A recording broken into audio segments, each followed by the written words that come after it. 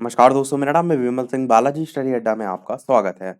Model paper हम आपको करा रहे हैं UP TET, C TET, super TET के मिक्स क्वेश्चन। तो इससे पहले हमने मॉडल पेपर नंबर 11 के प्रश्न देखे थे। ईवीएस सेक्शन के साइड में आई बटन पिछला वाला वीडियो आपको मिल जाएगा। आज हम देखेंगे सीडीपी बाल विकास के 30 प्रश्न। चलिए शुरू करते हैं प्रश्न नंबर 1 से। सबसे पहला प्रश्न है कि अभिप्रेरणा का वर्गीकरण जो है वो होता है स्वाभाविक और कृत्रिम होता है, या फिर कम महत्वपूर्ण और अधिक महत्वपूर्ण होता है, या जन्मजात और अर्जित होता है, या अभिप्रेरणा तथा प्रलोभन जो है वो होता है। बताइए इनमें से कौन सा सही होगा। ऑप्शन एबीसीडी में से आंसर की बात करते हैं तो आपका सी वाला ऑप्शन जन्मजात और अर्जित जो है आपका सही होगा। इसे दोनों टाइप में ही बांटा जाता है। कौन कौन से होते हैं जन्मजात, जैसे कि आपका तो जो किसी व्यक्ति में जन्म से ही मौजूद होते हैं, जैसे भूख प्यास, नींद, प्रेम, क्रोध, ये सारी चीजें जन्मजात प्रेरक में आते हैं। और अर्जित जो अर्जित किया जाता है, लाइक पुरस्कार हो गया आपका। दूसरा प्रश्न देखते हैं, मानसिक स्वास्थ्य एक विज्ञान है जो कि मानवीय कल्याण से संबंध रखता है या सारे मानवीय संबंधों तथा बातों पर छाया रहता है। ये किसने जो है वो कहा है।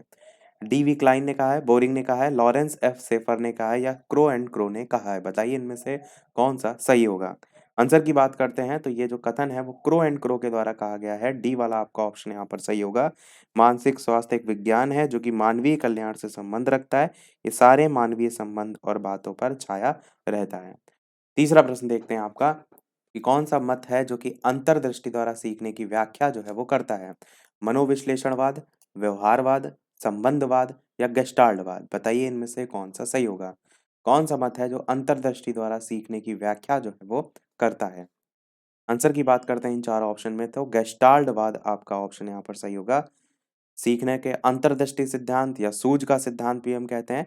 इसमें आप कहेंगे जो समस्या का समाधान होता है ना, वो उद्दीपन अनुक्रिया जो संबंध है उसके धीरे धीरे बनने से नहीं होता, बल्कि उद्दीपन और अनुक्रिया जो है या उद्दीपन के बीच का जो संबंध है उसको अचानक समझने में आता है।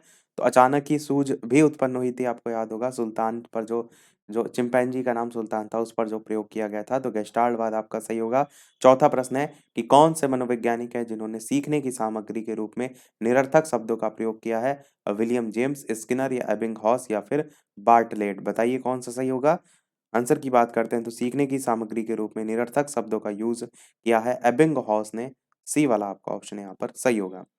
पांचवा प्रश्न, एक बालक जिसकी बुद्धि लब्धि 105 है और उसे वर्गीकृत किया जाएगा सामान्य से अधिक बुद्धि, श्रेष्ठ बुद्धि, सामान्य बुद्धि, मंद बुद्धि। कौन सा इनमें से सही होगा।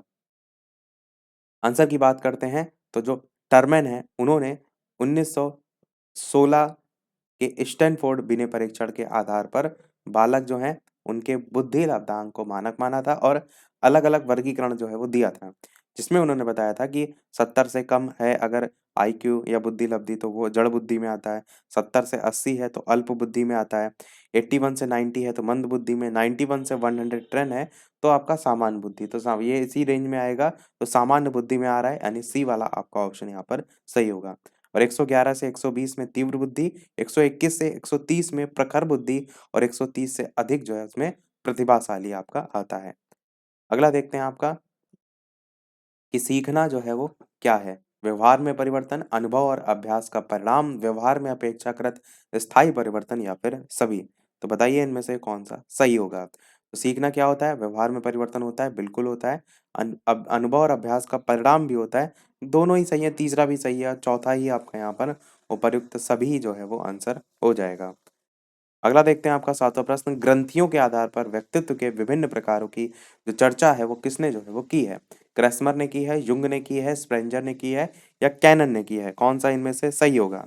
आंसर की बात करते हैं तो व्यक्तित्व को जो मनोवैज्ञानिक हैं उन्होंने अलग अलग तरीके से बांटा है, जिसमें जो क्रैस्मर है इन्होंने शरीर रचना की दृष्टि से बांटा है, जिसमें लंबकाय, सुडौलकाय, गोलकाय।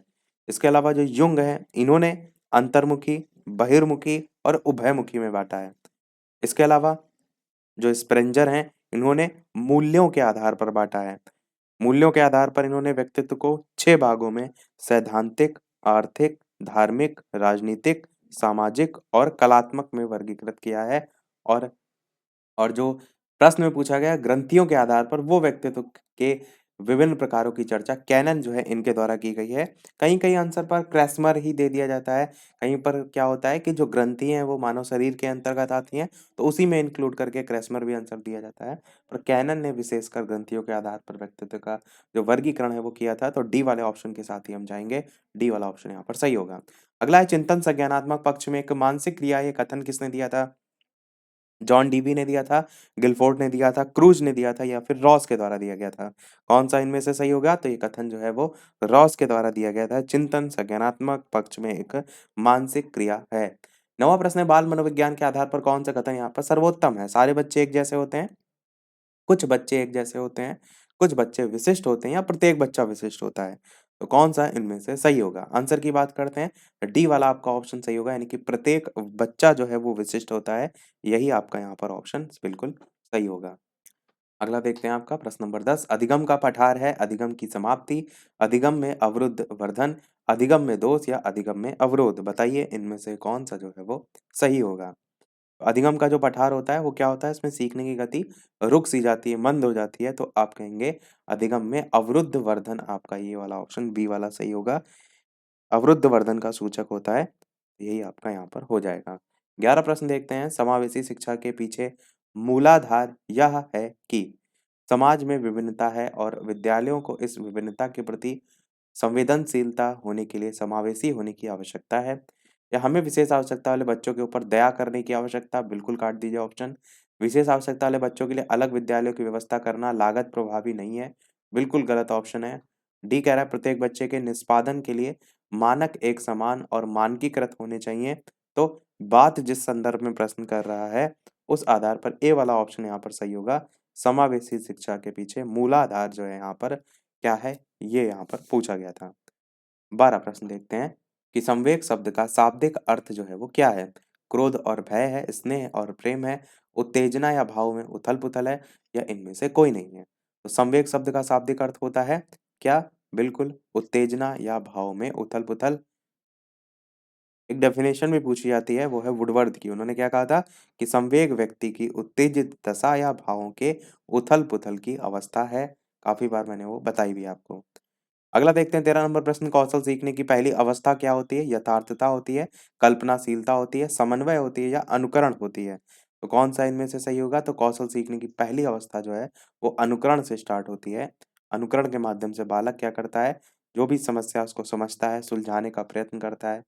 14 प्रश्न है, इनमें से कौन-सा तरीका अध्यापिका के द्वारा एक सृजनात्मक बच्चे की पहचान करने के लिए सबसे ज़्यादा बढ़िया तरीका होगा? पहला कह रहा है यह अवलोकन करना कि बच्ची समूह कार्यों में साथियों के साथ किस प्रकार से प्रतिक्रिया कर रही है, या फिर मानकीकृत बुद्धि परीक्षण को देना, या वस्तुनिष्ठ प्रकार के परीक्षण, या बच्चे का विस्तृत रूप से अवलोकन करना, विशेष रूप से उस समय जब वो समस्याओं को हल करता है।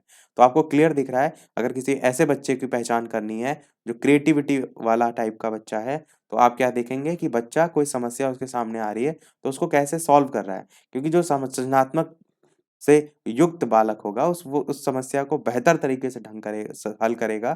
तो डी वाला ही आपका सबसे बेस्ट है कि बच्चे का विस्तृत रूप से अवलोकन करना, विशेष रूप से उस समय जब वो समस्याओं को हल करता है। अगला प्रश्न है शैशवावस्था के लिए उत्तम शिक्षण विधि जो है वो कौन सी है? मॉन्टेसरी विधि है, दूसरा ऑप्शन है खेल विधि है, तीसरा है किंडरगार्टन और चौथा है ये सभी। तो बताइए इनमें से कौन सा सही होगा? इसके अलावा वीडियो पसंद आए तो वीडियो को लाइक भी करते रहिएगा, शेयर भी करते रहिएगा, इस प्रकार अच्छे-अच्छे प्रश्न प्रैक्टिस हम करते रहें। अगले आंसर की बात करते हैं, तो शैशवावस्था में देखिए किंडरगार्टन तो होती है, खेल विधि से बच्चे सीखते ही हैं, मॉन्टेसरी विधि भी होती है, डी वाला ही, यानी कि ये सभी आपके ऑप्शन यहाँ पर जो है वो सही हो जाएँगे। अगला देखते हैं आपका प्रश्न 16 नंबर, ब्लूम के वर्गीकरण के आधार पर उद्देश्य आधारित जो प्रश्न है, उनके निर्माण में कौन सा विकल्प यहाँ पर गलत है, असंगत है? अनुप्रयोग, विश्लेषण, आत्मानुभूति या मूल्यांकन? बताइए कौन सा इनमें से सही होगा? तो ब्लूम के वर्गीकरण के आधार पर जो घटक हैं उसमें ज्ञान आता है, समझ आता है, विश्लेषण आता है, मूल्यांकन आता है और अनुप्रयोग आता है, संश्लेषण आता है। इनमें से कौन सा नहीं आता है? तो आत्मानुभूति नहीं आता है। तो सी वाला आपका यहाँ पर असंगत है, यही आपका यहाँ पर सही हो जाएगा। अगला प्रश्न है शिक्षण हेतु मानसिक उद्वेलन प्रतिमान का प्रयोग इनमें से किसके सुधार हेतु किया जाता है? समस्या समाधान के, समझ के, सृजनात्मकता के या अनुप्रयोग के? बताइए कौन सा सही होगा? मानसिक उद्वेलन प्रतिमान को हम कहते हैं ब्रेन स्टॉर्मिंग मॉडल। आंसर की बात करते हैं तो आपका सृजनात्मकता यहाँ पर जो है ऑप्शन सी वाला जो है सही होगा। शिक्षण हेतु मानसिक उद्वेलन प्रतिमान का प्रयोग ब्रेन स्टॉर्मिंग मॉडल का जो है के लिए कह सकते हैं किया जाता है। अगला है समस्या समाधान में लक्ष्य प्रवणता के संप्रत्यय को किसने प्रस्तावित जो है वो किया था? कोहलर, हल, कैंडलर या ब्रिक बताइए इनमें से कौन-सा सही होगा? आंसर की बात करते हैं तो समस्या समाधान में लक्ष्य प्रवणता के संप्रत्यय को जो है वो क्लार्क हल जो है इनके द्वारा जो है वो प्रस्तावित किया था। हल जो है इन्होंने सीखने की विधि को परिकल्पित निगमनात्मक विधि या तार्किक निगमनात्मकता विधि जो है उसके रूप में भी प्रस्तुत किया था या कह सकते हैं उस नाम से भी जाना जाता है। अगला 19 प्रश्न है, इनमें से कौन सी अधिगम असक्ता वाले बच्चों की एक विशेषता है? 50 से नीचे की बुद्धि लब्धि है तो क्या वो अधिगम असक्ता में आएगा? तो आप कहेंगे ये तो नहीं आएगा। बी कह रहा है अन्य बच्चों को धमकाना, ये तो बिल्कुल ही गलत है। सी कह रहा है एक ही प्रकार की गत्यात्मक क्रिया को बार-बार दोहराना, तो ये भी ऐसा नहीं है। पर धारा प्रवाह रूप से पढ़ने और शब्दों पर पलट कर जाने में कठिनाई होना, ये अधिगम असक्ता जो है उसको दर्शाता है। तो यही आपका ऑप्शन डी वाला यहाँ पर सही हो जाएगा। 20 प्रश्न है, संवेगात्मक विकास को प्रभावित करने वाला कारक जो है वो कौन-सा है? शारीरिक स्वास्थ्य, मानसिक योग्यता, थकान या फिर सभी? तो कहीं न कहीं सभी आप देखेंगे प्रभावित करते हैं, थकान भी प्रभावित करती है, मानसिक योग्यता भी, तो आपका आंसर यहाँ पर उपर्युक्त सभी जो है वो सही हो जाएगा, तीनों ही आपके यहाँ पर बिल्कुल सही हैं। 21 प्रश्न है, बच्चों की त्रुटियों के बारे आप में बताना है आपको इनमें से कौन-सा कथन बिल्कुल सही है। बच्चों की त्रुटियाँ उनके सीखने की प्रक्रिया का एक अंग है। असावधानी के कारण बच्चे त्रुटियाँ करते हैं। बच्चे जब त्रुटियाँ करते हैं तब शिक्षक सौम्य हो और उन्हें त्रुटियाँ करने पर दंड ना देता हो, या बच्चों की त्रुटियाँ शिक्षक के लिए महत्वहीन है और उसे चाहिए कि उन्हें काट दे और उन पर ध्यान ना दें। तो ये तो ऑप्शन सीधे ही आप भी काट दीजिए जैसे यहाँ पर लिखा हुआ है। बताइए इन इन तीनों में से कौन-सा आप कहेंगे? असावधानी के कारण बच्चे त्रुटियाँ करते हैं, ये भी नहीं है आपका। सी वाला भी कट जाएगा। ए वाला आपका सही है, बच्चों की त्रुटियाँ उनके सीखने की प्रक्रिया का एक अंग होते हैं, क्योंकि जब वो त्रुटि करते हैं तभी उससे सीखते भी हैं, तो यही आपका सही होगा। अगला प्रश्न है 22 बच्चों में संवेगात्मक समायोजन प्रभावी होता है। कक्षा शिक्षण में, व्यक्तित्व निर्माण में, अनुशासन में या फिर सभी में? बच्चों में संवेगात्मक समायोजन प्रभावी होता है किसमें? कक्षा शिक्षण में, इसमें भी बिल्कुल होता है, व्यक्तित्व निर्माण में भी होता है, अनुशासन में भी होता है। तो यहाँ पर भी आपका उपर्युक्त सभी ही आंसर जो है बिल्कुल सही हो जाएगा। अगला देखते हैं आपका बच्चों के बहुकारक सिद्धांत बुद्धि के बहुकारक सिद्धांत के प्रतिपादक कौन है? टर्मैन है, मैकडूगल है, थॉर्नडाइक है या फिर बर्ट है?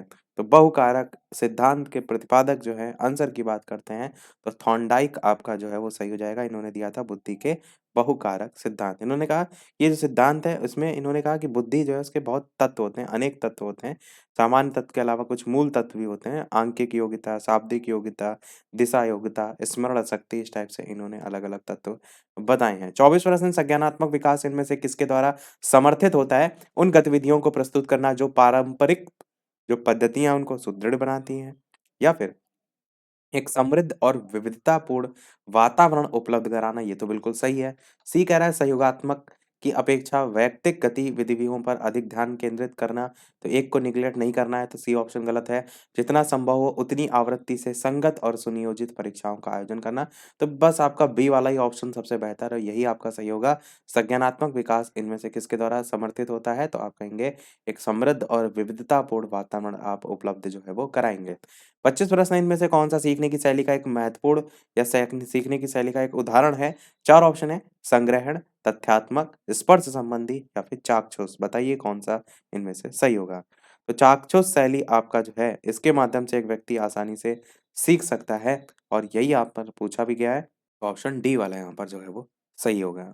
अगला प्रश्न आपका है, वाक जो बाधित बच्चे हैं उनका विकास किया जा सकता है उनको कक्षा में उनके विचार को प्रदर्शित करने के लिए प्रोत्साहित करके, सही ध्वनि के उच्चारण के लिए सहायता करके, उनके द्वारा कथित गलतियों को सुनने में सहायता करके या मूल्यांकन के लिए विशेषज्ञ के पास भेजकर। बताइए इनमें से कौन-सा जो है वो सही होगा? आंसर की बात करते हैं तो आप क्या कहेंगे? वाक बाधित बच्चों का विकास किया जा सकता है सही ध्वनि के उच्चारण के लिए सहायता करके। क्योंकि वाणी संबंधी दोष है तो वाणी स उसी इसी से ही आपका बेहतर तरीके से बच्चे को भी हेल्प मिलेगी सही ध्वनि के उच्चारण के लिए सहायता करके। 27 प्रश्न इनमें से कौन-सी शब्दावली प्रायः अभिप्रेरणा के साथ अंतः बदलाव के साथ इस्तेमाल की जाती है?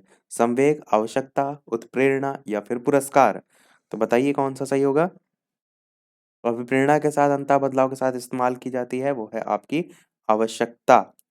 जैसे होता है ना कि अभिप्रेरणा हमें क्या करता है, लक्ष्य प्राप्ति में मोटिवेशन जो है वो हेल्प करता है। अंदर से अगर आपको मोटिवेशन आ रहा है या बाहर से दिया जा रहा है तो हमें लक्ष्य प्राप्ति में क्या करता है, हेल्प करता है। उसी प्रकार हम अपनी जो आवश्यकता है इसको संतुष्ट करने के लिए जो भी लक्ष्य निर्धारित करते हैं उसे प्राप्त करने का क्या करते हैं, कोशिश करते हैं, प्रयत्न करते हैं। तो आवश्यकता आपकी अभिप्रेरणा के साथ अंतः बदलाव के साथ प्रयोग में लाई जा सकती है। तो ये यहाँ पर कहने का मतलब है। 28 प्रश्न है, प्रतिभाशाली जो शिक्षार्थी उनको किससे जुड़े प्रश्नों पर अधिक समय देने के लिए कहा जा सकता है? समझ, सृजन, विश्लेषण, स्मरण। बताइए कौन सा सही होगा? आंसर की बात करते हैं तो आपका बी वाला ऑप्शन यहाँ पर सृजन जो है वो सही होगा। प्रतिभाशाली जो शिक्षार्थी हैं उनमें सृजन की प्रवृत्ति होती है। छात्र सृजन संबंधी जो भी प्रश्न बनाते हैं वो जितना ज़्यादा सोचेंगे बनाने के लिए सृजन संबंधी प्रश्नों को, वो उतना ही ज़्यादा उनकी समझ और डेवलप होगी। तो सृजन संबंधी जो जुड़े प्रश्न हैं, वो ज़्यादा आपका यहाँ पर सही होगा। अगला देखते हैं सेकंड लास्ट प्रश्न 29 कि सीखने की प्रक्रिया का पहला सोपान जो है वो क्या है? अनुभव है, रुचि है, पाठ्यपुस्तक पठन है या जिज्ञासा है? कौन-सा इनमें से सही होगा? तो सबसे पहले आपके मन में क्या आती है सीखने की प्रक्रिया में? वो है आपकी जिज्ञासा। बस डी वाला आपका ऑप्शन यहाँ पर सही होगा। सीखने की प्रक्रिया का पहला सोपान। देखते हैं हमारा अगला और इस वीडियो का लास्ट प्रश्न, इसके बाद एक प्रश्न हम आपसे भी पूछेंगे, जैसे कि सभी वीडियो में हम आपसे एक ना एक प्रश्न पूछते हैं। इसके अलावा वीडियो अभी तक आपने लाइक नहीं किया हो सभी लोग वीडियो को लाइक भी करते रहिएगा, चैनल पर नए हो सब्सक्राइब करके जुड़ जाइएगा और टेलीग्राम चैनल से अभी तक ना जुड़े हो लिंक आपको डिस्क्रिप्शन में मिल जाएगी, सर्च करके भी जुड़ सकते हैं। प्रश्न आपका ये कह रहा है कौन सा इनमें से शिक्षण का सूत्र नहीं है? दृश्य से अदृश्य की ओर, सरल से कठिन की ओर, अनिश्चित से निश्चित की ओर, निगमन से आगमन की ओर।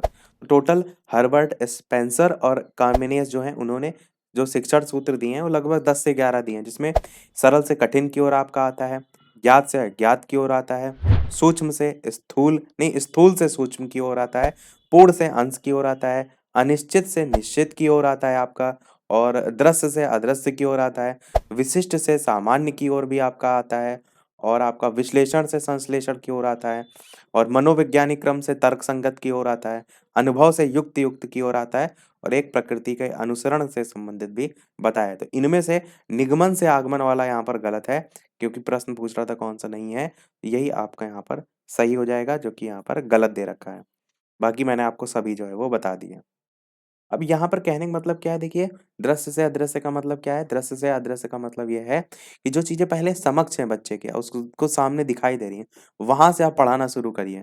जैसे कि अगर आपको पेड़-पौधों के बारे में बताना है तो या पत्तियों के बारे में बताना है, तो पत्ती उसके सामने आप दिखाइए कि देखिए ऐसे जो उसके स वो देख चुका है, वहाँ से शुरू करिए और पत्ती के फिर अंदर के जो भाग होंगे, उसके अंदर कौन-सा जो है ऊतक है या कौन-सा जाइलम, फ्लोएम सारी जो भी आप उससे संबंधित इन्फॉर्मेशन देना चाह रहे हैं या पेड़-पौधों से संबंधित, तो फिर उसमें अदृश्य यानी कि जो उसने नहीं देखा है, उसके तरफ आप बढ़ेंगे तो चीज़ें बच्चा समझ पाएगा कि यहाँ पर कहने का क्या प्रयास किया जा रहा है। ऐसे सरल से कठिन में भी होता है, पहले सरल चीज़ों को बताइए फिर कठिन, ऐसे अनिश्चित से निश्चित, यानी कि ये जो क्रम है इधर से लेकर उधर के क्रम में चलता है। तो सभी प्रश्न हुए समाप्त। अब एक प्रश्न आपके लिए भी, जैसे कि सभी वीडियो में हम आपसे एक ना एक प्रश्न पूछते हैं। तो ये है आपका इस वीडियो का प्रश्न हिंदी सेक्शन से कि दोहा में जो है वो कितनी मात्राएँ होती हैं? ए ऑप्शन है 24, बी ऑप्शन है 26, सी ऑप्शन है 28 और डी ऑप्शन है 30। ऑप्शन एबीसीडी में से कौन-सा सही होगा? अपना आंसर वीडियो के मेन कमेंट में टाइप करके बताइएगा।